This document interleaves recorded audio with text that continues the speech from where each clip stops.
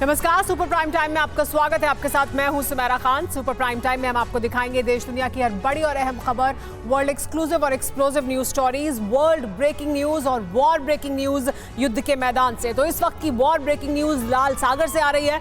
लाल सागर में हूती के बड़े हमले हुए हैं। यूएस और यूके यानी अमेरिका और यूके के जहाजों पर 21 मिसाइल हमले किए गए। यूएस नेवी ने गिराई 21 हूती मिसाइल। हूती ने 18 ड्रोन हमले भी किए हैं। अब तक का सबसे बड़ा हूती हमला है ये, यानी एक के बाद एक 21 बड़े हमले हूती द्वारा किए गए। अब तक का सबसे बड़ा हूती हमला है ये। रूस यूक्रेन युद्ध में अमेरिका पुतिन की शक्ति के आगे हार मान चुका है। सऊदी अरब में टॉप सीक्रेट मंथन हो चुका है और अमेरिका जेलेंस्की को जबरन सरेंडर कराने का प्लान तैयार कर चुका है। इसकी वजह है पुतिन का तिहरे हमले का प्लान, जिसके पहले चरण में कीव जीतने का लक्ष्य रखा गया है और उसके बाद रूस का ऑपरेशन यूरोप शुरू होगा। यूरोप पर पुतिन के आक्रमण का मतलब होगा अमेरिका से सीधी जंग और बाइडेन इससे बच रहे हैं। इसीलिए यूक्रेन की बलि चढ़ाकर अमेरिका युद्ध से निकलने वाला है। क्या पुतिन के ट्रिपल अटैक का ब्लूप्रिंट और अमेरिका कैसे इससे बचने की तैयारी में है, ये रिपोर्ट देखिए।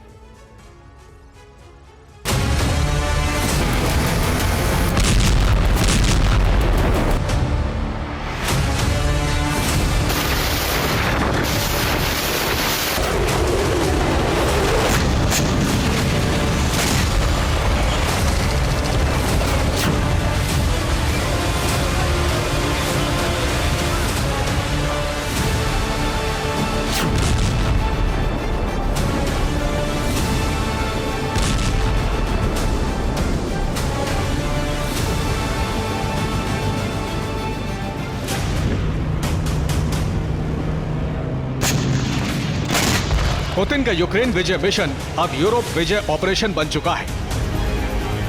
Другой немножко обстановки.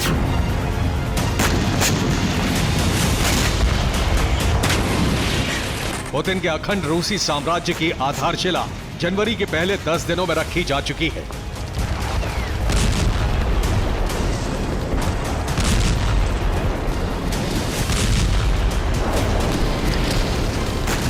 पुतिन ने प्रण कर लिया है कि कीव विजय के साथ साथ रूस के लिए सबसे बड़ा खतरा बन चुके नेटो की सीमाओं को भी काट छांट कर रूस में शामिल किया जाएगा।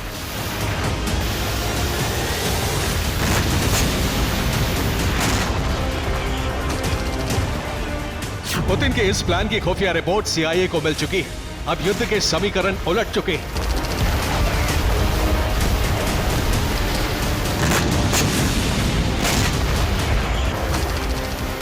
पुतिन कीव पर तिहरा हमला करने वाले हैं। कीव के बाद पुतिन का टारगेट यूरोप के दूसरे देश हैं। हथियारों की कमी से यूक्रेन की हार निश्चित है। अमेरिका यूरोप को बचाने के लिए यूक्रेन की बलि देने का प्लान बना चुका है।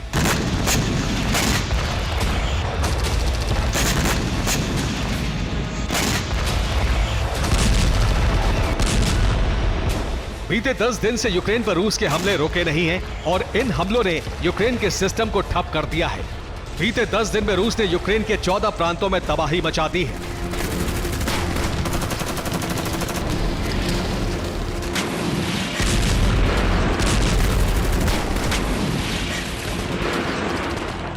रूसी हमलों से यूक्रेन के 1025 शहरों की बिजली सप्लाई कट चुकी है। यूक्रेन के कई पावर ग्रिड रूसी हमलों में तबाह हो चुके हैं। यूक्रेन में इस समय तापमान -15 डिग्री सेल्सियस है।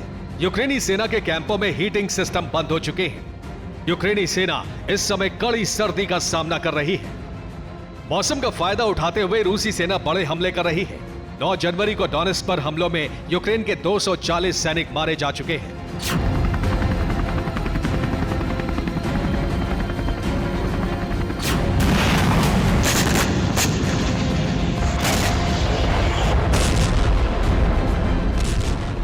रूसी सेना ने मौसम की मार के साथ हथियारों के प्रहार जोड़कर यूक्रेनी सेना की मुसीबत बढ़ा दी है। पुतिन ने कठोर सर्दी में कीव पर जीत सुनिश्चित करने के लिए 3 लेयर का प्लान बनाया है।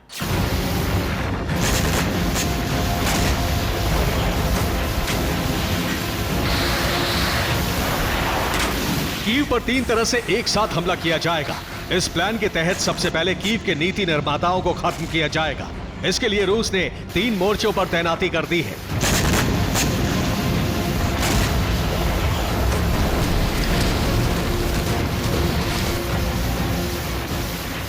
रूस ने बेलारूस में एक बड़ा सैन्य कैंप तैयार कर लिया है। ये सैन्य कैंप यूक्रेन बॉर्डर से 40 किलोमीटर दूर बनाया गया है। इस कैंप में रूस बेलारूस के 15,000 से ज्यादा सैनिक तैनात हैं। इसके अलावा चेरनिहिव और सूमी से 19,000 जवानों और मर्सिनरी लड़ाकों की फौज कीव कूच कर चुकी है। इसके साथ ही कीव पर हमले के लिए उत्तर कोरियाई KH-55 क्रूज और हाइपरसोनिक किंजल मिसाइलें तैनात हैं।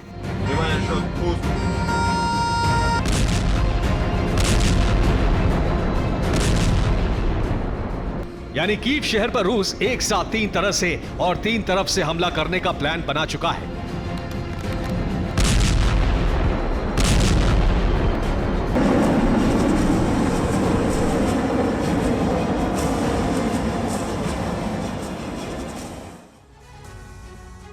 कीव पर पहला हमला बेलारूस की तरफ से किए जाने की आशंका है। बेलारूस में तैनात 15,000 जवान आर्टिलरी हथियारों के साथ कीव पर हमला करेंगे। जैसे ही यूक्रेन की सेना उत्तर दिशा से हुए हमले को रोकने में जुटेगी, ठीक उसी वक्त पूर्व दिशा से कीव पर हमला कर दिया जाएगा। 19,000 जवानों की स्पेशल फोर्स नीपर नदी के पूर्वी तट से कीव पर हमला बोलेगी। यूक्रेन ने कीव की सुरक्षा के लिए 3 लेयर सिक्योरिटी का इंतजाम किया है। कीव के बाहर खंदकें और टैंक रोधी सुरक्षा दीवार बनाई गई है। यह फोर्स उसे ध्वस्त करेगी। तीसरा हमला रूस की मिसाइल फोर्सेस करेंगी। इस हमले में SRBM यानी short range ballistic missile, Black Sea से क्रूज मिसाइल हमले किए जाएंगे। इसके साथ ही नॉर्थ कोरिया से मिली मिसाइलें दागी जाएंगी।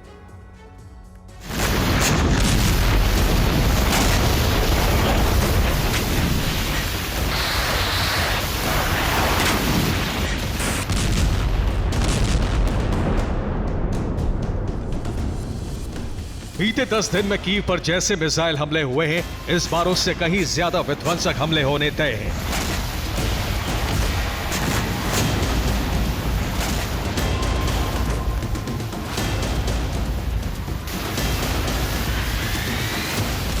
क्योंकि पुतिन के मित्र देश नॉर्थ कोरिया से तानाशाह किम जोंग के मिसाइलों का जखीरा भी पुतिन के मिसाइल जखीरे से जुड़ चुका है।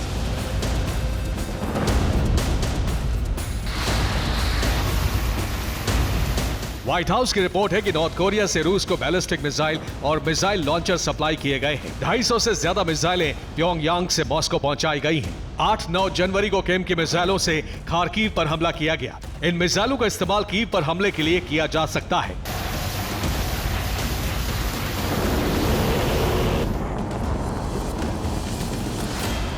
अमेरिका जानता है कि कीव पर रूस की जीत का मतलब सिर्फ यूक्रेन की हार नहीं होगी, बल्कि पुतिन के अखंड रूस के सपने का असीमित विस्तार भी होगा।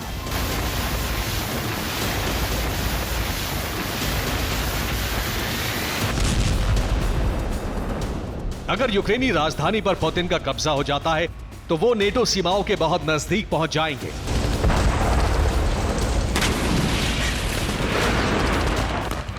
कीव पर कब्जा होते ही पोलैंड बॉर्डर तक रूस का साम्राज्य होगा। इसके बाद नेटो सदस्य पोलैंड, रोमानिया, हंगरी और स्लोवाकिया रूस का अगला टारगेट हो सकते हैं। इन देशों पर हमले के लिए रूस के न्यूक्लियर हथियार बेलारूस में यूक्रेन बॉर्डर पर तैनात हो चुके हैं।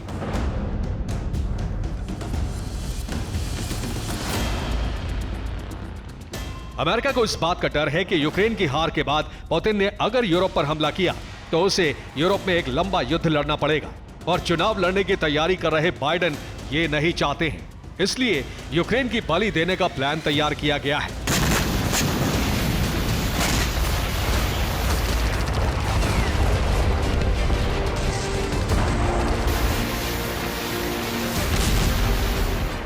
सोलह दिसंबर को बाइडेन ने G7 देशों के साथ सऊदी अरब में मीटिंग की। मीटिंग में यूक्रेन रूस शांति प्रस्ताव पर चर्चा हुई। G7 देशों ने सहमति जताई है कि यूक्रेन को रूस के साथ शांति वार्ता शुरू करनी चाहिए। रिपोर्ट है कि बाइडेन रूस की शर्तों पर शांति स्थापना के लिए तैयार हो सकते हैं। अमेरिका यूक्रेन का जीता हुआ हिस्सा रूस को सौंपने की तैयारी में है, यानी यूक्रेन का 1,61,000 वर्ग किलोमीटर क्षेत्र रूस को दिया जा सकता है।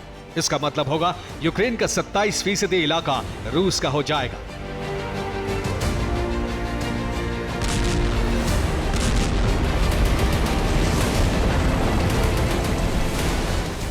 अगर रूस की शर्तों पर यूक्रेन युद्ध में शांति का रास्ता निकलता है तो जंग रुक सकती है, वरना पुतिन कीव विजय के बाद यूरोप युद्ध का नया चरण शुरू कर सकते हैं।